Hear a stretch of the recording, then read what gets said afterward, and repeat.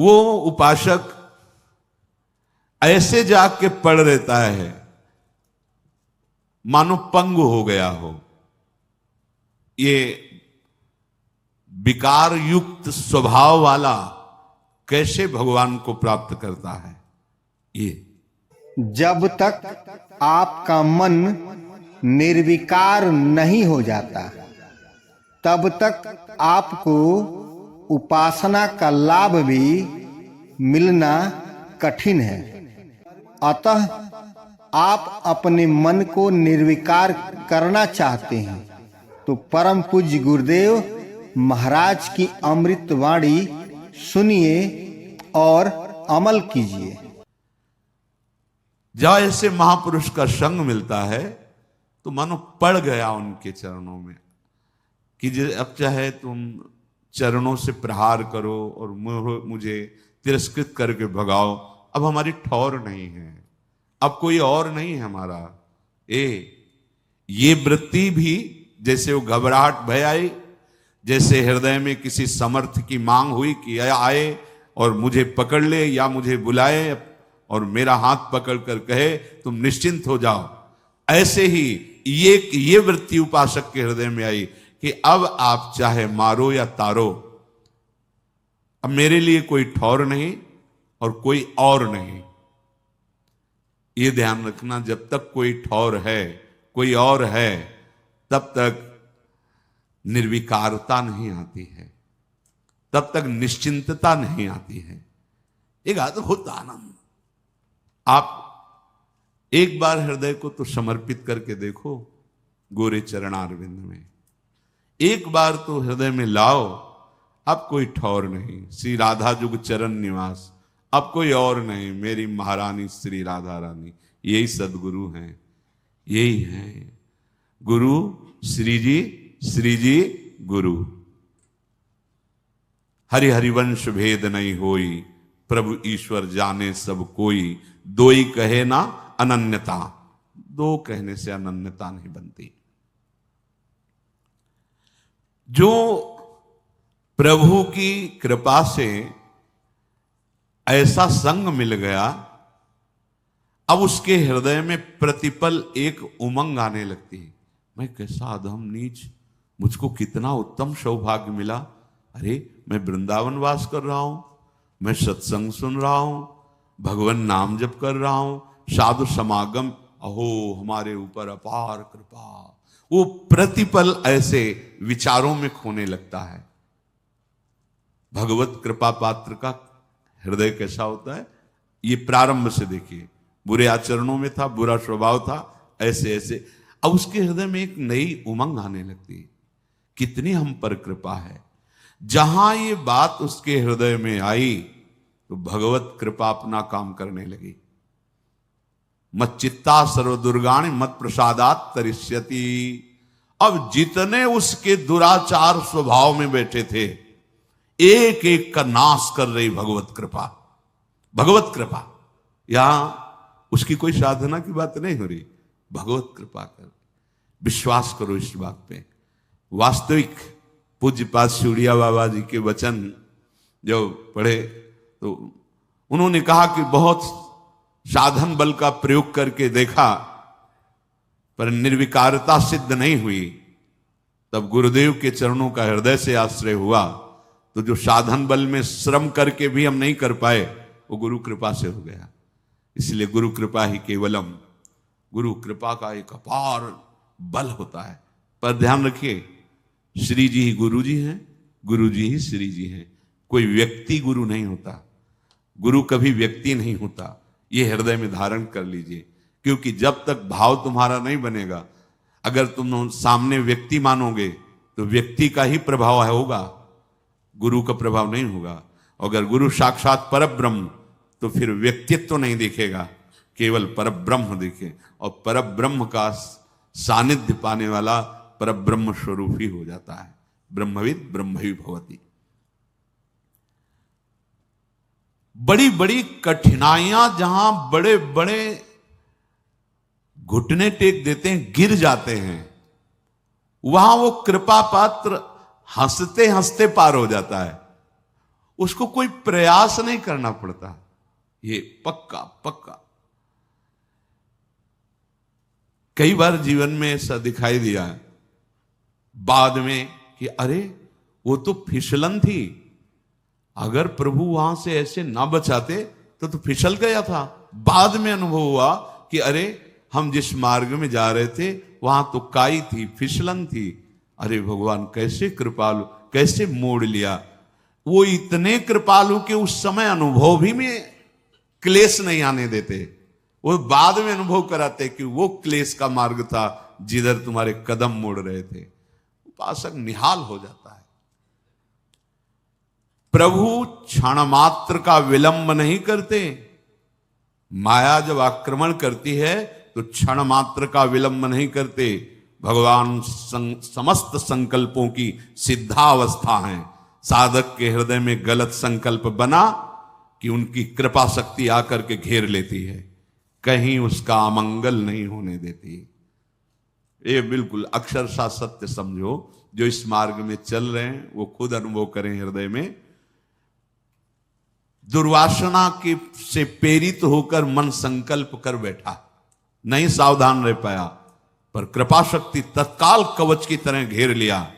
इसके कई रूप हैं। भरी बाजार में पिटवा भी देगी, तुम्हारा घोर अपमान करवा देगी, तुम्हें ऐसा करवा देगी कि आपको लगेगा संसार में मुंह दिखाने लायक नहीं। हाँ अब चलो हरि का मुख देखो।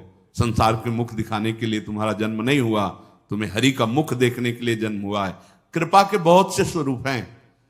अगर आप भगवत शरणागत हो रहे हैं, थोड़ी मनमानी शुरू कर दी है तो ध्यान रखना कृपा का मृदु से मृदु भी विधान हो सकता है और कठोर से भी कठोर विधान हो सकता है, पर होगी वो कृपा ही। जो भगवत कृपा है वो कुसुम से भी कोमल विधान कर सकती है और वज्र से भी कठोर विधान कर सकती है। तैयार रहना। ये वज्र से कठोर विधान उसी के लिए होता है जो अहम से युक्त होकर के मनमानी आचरण के लिए कदम उठाता है। तो भगवत कृपा फिर कठोर विधान की रचना करती है, क्योंकि अब तुम बच नहीं सकते। कृपा का विधान लागू हो चुका है, अब तुम बच, देखो यही है, इसी को कृपा कहते हैं।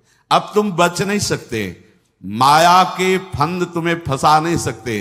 अब तुम्हें डूबना पड़ेगा प्रेम में, अब तुम्हें डूबना ही होगा भजन में, अब तुम्हें डूबना ही होगा भगवान के नाम रूप लीला गुण में, क्योंकि आप तुम शरणागत हो गए तो कृपा का अब विधान लागू हो गया।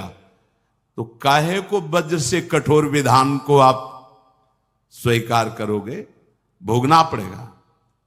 वो ऐसी कृपा है पक्का, ऐसी स्थिति पैदा कर देगी कि केवल एक मार्ग रहेगा, हरि शरणम। बहुत फिर जलोगे।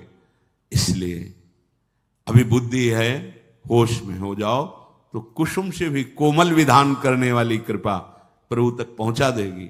और अगर आप मनमानी करेंगे तो छोड़ने वाली तो है नहीं, ये पक्का। इसीलिए सब निर्भय हो जाते हैं शरणागत कि ठीक है, अगर हमारे कदम भी विपरीत गए तो कृपा शक्ति है ना, वो संभाल लेगी। तो वो पुचकार के फिर नहीं संभालती, जैसे पुचकार के समझाया जा रहा है, तो वही कृपा शक्ति से ये सत्संग मिल रहा है। वही कृपा शक्ति कोई ना कोई आ जाएगा पक्का। ये जीवन में देखा है, जहां कदम लड़खड़ाए किसी न किसी संत के रूप में वही बोला गया है जो अंदर कमजोर हो रहा है।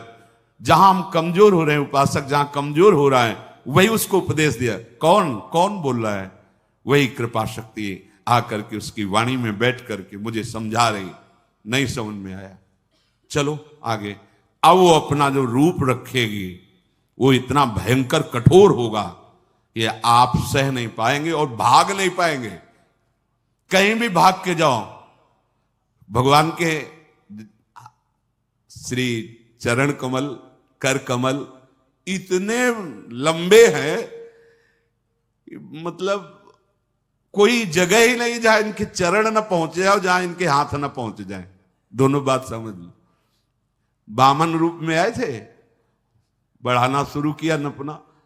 अब ब्रह्मलोक के आगे तो है नहीं, तो इसलिए वहीं तक रुक गया। तो इतना ही थोड़ी कि केवल ब्रह्मलोक तक, अगर ऐसे और भी तो और भी बढ़ते चले जाते। अनंत महिमाशाली, तो इनकी कृपा भी तो अनंत है। कृपा के बहुत लंबे हाथ है।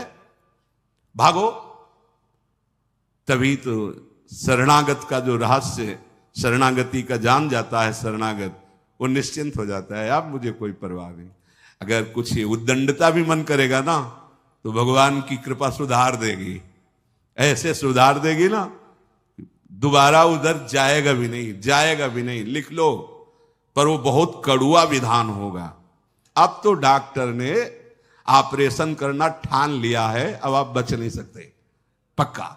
ऐसे ही जब इसका रहस्य समझ में आता है तभी मन नाच उठता है कि ऐसा कौन कृपालु है, ऐसा किसका स्वभाव है। हम सबके ऊपर कृपा शक्ति का कार्य प्रारंभ हो गया है। विश्वास रखना, कृपा शक्ति का कार्य प्रारंभ हो गया है। जैसे आप नाम ले रहे हैं तो हरिवंश कृपा, हरिवंश कहाँ है? मानव देह कृपा से, नाम जब कृपा से, धाम श्री राधिका कृपा बिनु सबके मनन अगम, साधु संग अब मोहि भा भरोस हनुमंता बिनु हरि कृपा मिले। कृपा कृपा कृपा कृपा लागू हो गया विधान कृपा का। करो दंडता, देख लेना कृपा का जो भयंकर रूप तुम्हारे सामने। कई रूप हैं इसके। जहां से तुम गड़बड़ी करना चाहते हो वहीं तुम्हारे अहम में, यहां दर्द हो रहा है, चलो अस्पताल।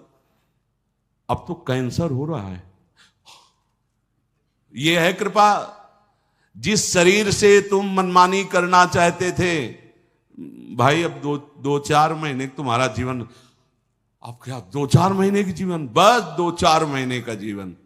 अब कोई रिश्ता नाता किसी से नहीं, कोई संबंध किसी से, कोई भोग नहीं, राधा राधा राधा राधा राधा राधा। लागू हो गई कृपा शक्ति। ये अपार कृपा, असीम कृपा। जैसे लोग कहते हैं कि ये प्रतिकूलता, ये अपमान, ये असाध्य रोग, भजन का क्या यही फल होता है? नहीं, भजन का ये फल नहीं है। ये कृपा का संविधान लागू तुम्हारे ऊपर, क्योंकि तुम बहुत उद्दंड बच्चे हो, इसलिए कृपा ने ऐसे भयावह रूप से घेर लिया कि अब एक ही मार्ग रह गया है, राधा राधा राधा। सच्ची कहते हैं, सच्ची।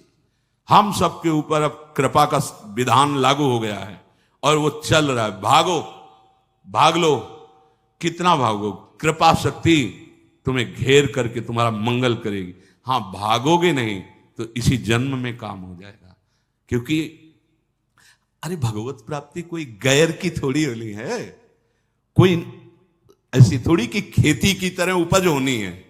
हम प्रभु के थे, प्रभु के हैं, प्रभु के रहेंगे, भूल गए हैं। तो रोज जैसे सांप काट ले तो जहर झाड़ा जाता है ना, तो उतर जाता है, लहरें आती हैं, 4-4 लोग उसको पकड़ते हैं, हमने देखा है।